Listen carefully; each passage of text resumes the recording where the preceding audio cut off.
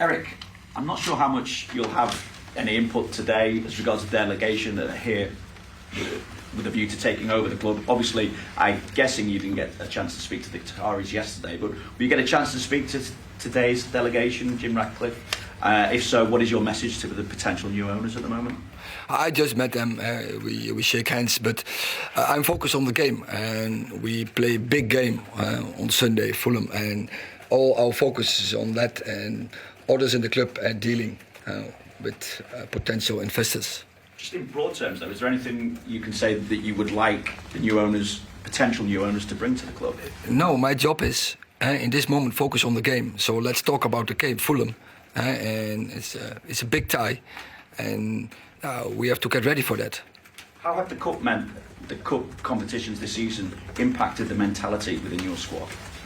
I think we have to set here a culture, a winning culture, and we are Manchester United. We have to win all the games. We have to compete in all the leagues and to win all the leagues. So that has to be the mentality. It's not that you win all the leagues, but the mentality is when you go in a game, we have to win the game. Speaking of mentality, and finally from me as well, Erik, Marcus Rashford, 30 goals this season in 48 games, including internationals, 24 in 19 since the World Cup. When others have dipped after that tournament, what is it about Marcus that he's been able to reach those kind of levels? He progressed during the season, and he was also not in the best shape when he started the season. But then I think the way of play, it gives him a base, and then he brings his skills in, and then he brings his attitude, mentality in, and that I see that is bringing him a lot of progress, and that gives the team a lot of joy, and gives Marcus a lot of goals and us a lot of wins. So, Erik, we're coming up to an international break. Where do you think Manchester United are in terms of their position in the league? You're obviously third in the league, but where do you think they are in terms of competing for the biggest honours, the biggest trophies? We have to, after Sunday, I will set conclusions. But we are now in 3 leagues competing, and we want to stay in those. So Sunday is a massive game for us. And having won a cup at Wembley already, how much of an incentive is that to go back to Wembley in the biggest cup for us, the traditional cup for us, and get there? Of course, it's huge motivation. We all really enjoyed Wembley. We all really enjoyed winning a trophy, and it has to be the fuel for next one to get pushed by that idea, and that has to bring extra energy to beat Fulham. James. Erik, we've seen with Marcus this season, his best season ever. What have you done with him specifically? You brought in Benny McCarthy, of course. I wonder what role he's had, because previous managers have said he kind of lacked that goal-scoring instinct to want to get the ugly goals, if you like. Is there something you've switched on in his head to change the way he's playing? I think the most important is, of course, the way of play. That gives him base, gives him structure, gives the team structure, and the way of play is in his favor because I knew his skills, and then you also bring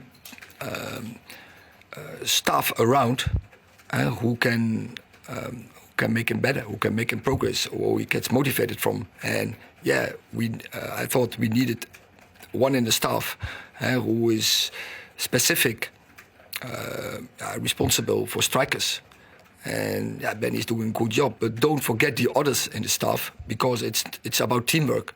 And I think the staff is in a good balance, and we do it together. And it's not only about Benny McCarthy in that staff. It's about all have their specific jobs in our staff, and I think we cooperate really good together, and there's a good vibe, and also they challenge each other.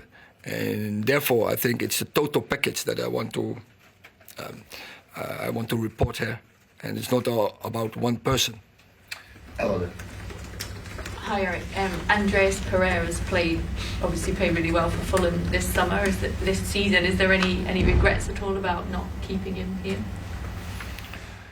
He's a good player, and I must say, I know him already a long time. I had him in the youth of PSV. Before he transferred to Manchester United. I'm really happy for him that he's progressing that good.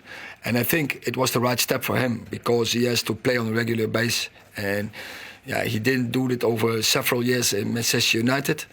Then there's coming a point you have to switch and maybe a step back to get a step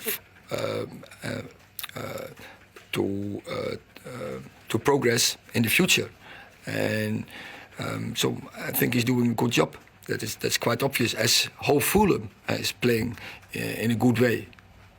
Yeah. Erik, before you came here, did you see a sort of 30-goal striker in Marcus Rashford? Because I don't think a United player scored 30 goals for sort of 10 years or so. And also, I just wondered if we could check on the contract situation, because obviously that's a sort of ongoing conversation about Rashford's contract with him being up next summer. I think I will not go back, but I think I said it in the summer that the question came from you, one of you, and several times, if I believe if Rashford or Martial, one of them could score 20 plus goals, and I said yes, I believe. So find it back. And can I ask about the contract? Sorry, just about Marcus's contract. If there's any movement on that? When we have news, we will bring it immediately. Last question in this section, Tom. Erik, this is the first of 4 games without Casemiro now. How much thought have you given to how... We already had many more games without Casemiro. Well, that's true. And has what's happened in those games, because I think it's fair to say not all of them have gone particularly well. Yes. We did really well without Casemiro. Against Arsenal, against the 2 against Leeds. I remember so other games. I think we did really well also without Casemiro, and also in the start of the season. But I want to have Casemiro available because he has a huge impact on our game. Can you replace him like for like in that midfield? Is it just a case of slot someone in there, or do you have to make allowances because he is a very unique player? Yes, but as I said, we also won many games without Casemiro, and so he's not available, and then we have to do it with other players.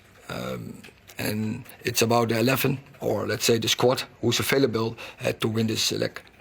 Okay, one question on our Europa League draw against Sevilla. Hi, yes, you've got Sevilla, who've obviously got a very, very good record in the Europa League. What is your thought on that? Back to Sevilla, and as you say, they have a very good record. You have to be aware of it. So, it's going to be tough. Because they are really experienced in the Europa League, win so many times, and so I don't know the team now in detail.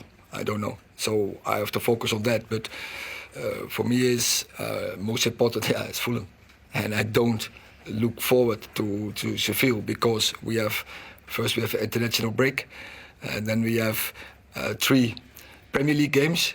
So there's much time to focus on that, but definitely, I think all the opponents who are coming to this stage of the Europa League, they are strong, and it's about you have to play your best football if you want to come through, and it's definitely the case if you face Seville.